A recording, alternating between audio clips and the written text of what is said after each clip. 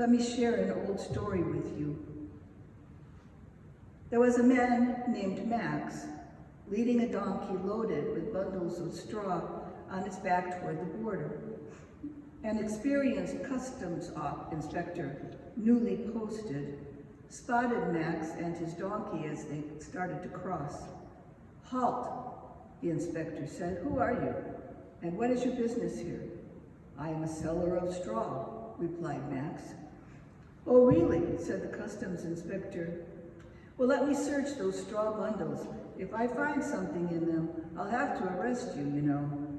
"Whatever," Max replied, "but you won't find anything." The inspector searched and searched. He took the bundles apart, but he couldn't find anything but straw in them. He had no choice but to let Max pass.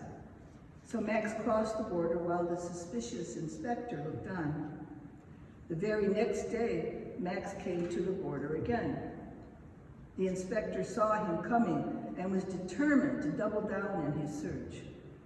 He went through the straw, Max's clothing, and meticulously even examined the donkey's harness. Again, he could find nothing, and he had to let Max pass. This same pattern continued most days for years, and Max appeared more and more prosperous with each passing year. Eventually, the customs inspector retired, but he still thought about that guy with the straw-carrying donkey. Then one day, he spotted Max's face in a crowd. "Hey," the inspector said, "I know you.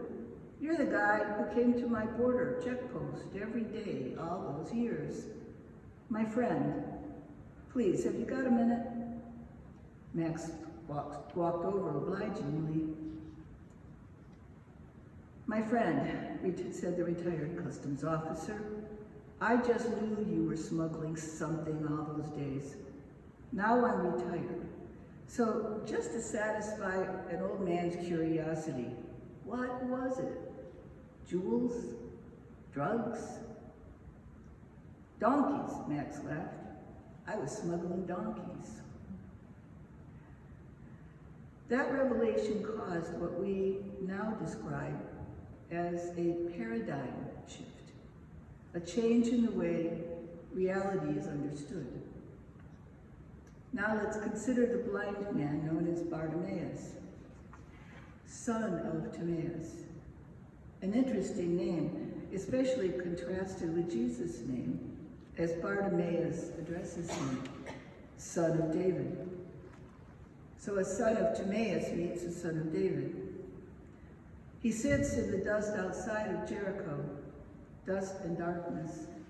That's what his life is now. He has heard people talk about this teacher, Yeshua, whose very name means God's deliverance and rescue. Now the son of Timaeus hears that Yeshua is making his way to Jerusalem, probably along the very road where Bartimaeus begs. He has heard that this Jesus, as we have come to know him, teaches about God and truth in a new way. He speaks about love, forgiveness, compassion. His words and his touch make people well and whole. Now Jesus is passing by the very place where he sits begging. As Bartimaeus becomes aware, he calls out, not once but repeatedly, urgently. There's a whole lot going on in this, the 10th chapter of Mark's Gospel. The lectionary has taken us through the entire chapter over the past month.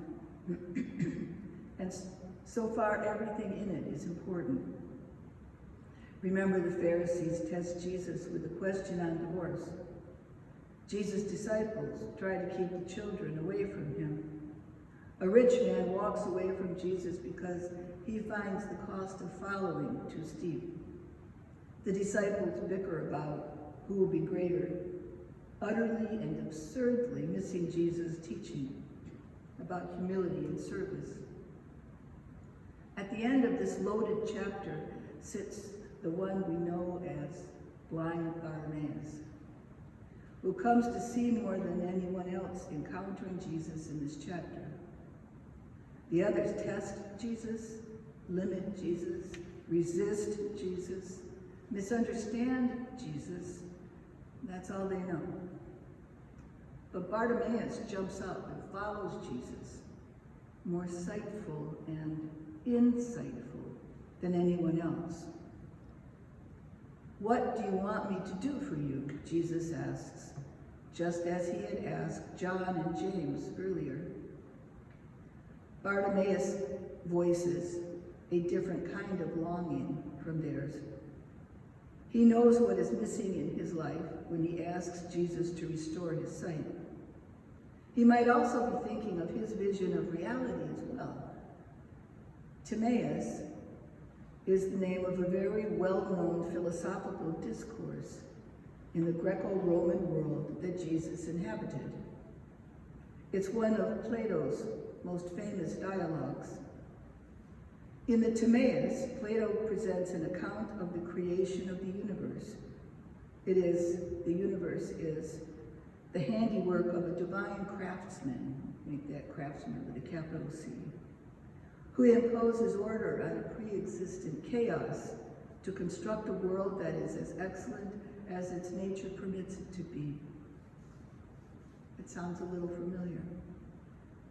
So we might guess that Bartimaeus, the son of Timaeus, was a follower of Plato's view of the creation, humanity, and everything else.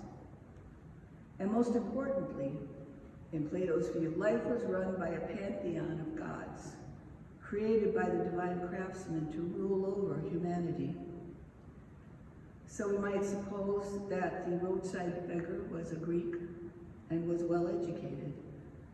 All the same, the writer of Mark's gospel helps us understand that he was blind in more than one way. So here is someone who knows what he is asking and what he is missing. Maybe it's the humility of Bartimaeus, or maybe his repeated and plaintive cry, "Jesus, Son of David, have mercy on me," that compels Jesus to stop, call him to himself, and grant his request, connecting it to his faith. Bartimaeus' sight is restored both physically and in a phenomenal paradigm shift about what is real and true in this life.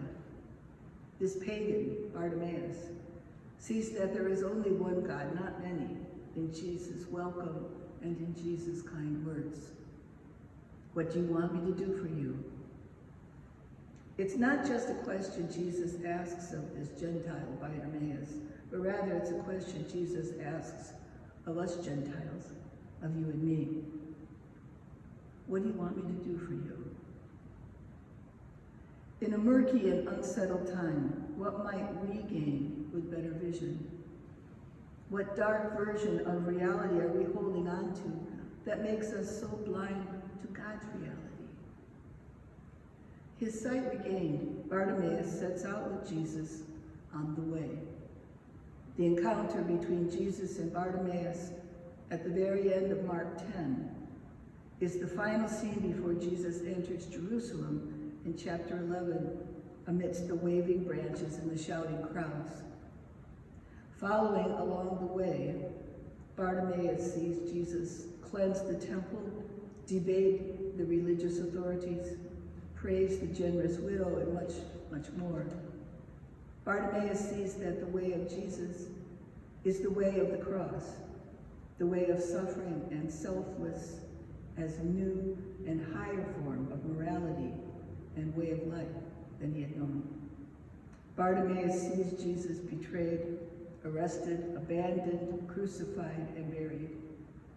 Finally, despite all that happened, in spite of all the worst the world could do, Bartimaeus sees that the way of Jesus does not end in death. It continues then, before now, unimaginably in resurrection. In each of the stories about the resurrected Jesus, Jesus is not recognized. He is not truly seen for who he is. At the empty tomb, Mary thinks he must be the gardener. At Emmaus, he's not recognized at all, except in hindsight. Gradually, eventually, They do come to see the truth of what was right before their eyes all along. They just needed to tumble into the greatest paradigm shift of all, that in death, life is not ended, but just only changed. The truth was there, it just took them a while to see and to own it for themselves. And then to share it with others who would also follow, but not get to see Jesus in the same way that those closest were able and privileged to see him. Still, what do you want me to do for you? Jesus asks. May we all come to say, each in our own way, Teacher, let me see. If not again, maybe for the first time. And then again and again and again. Teacher, let me see.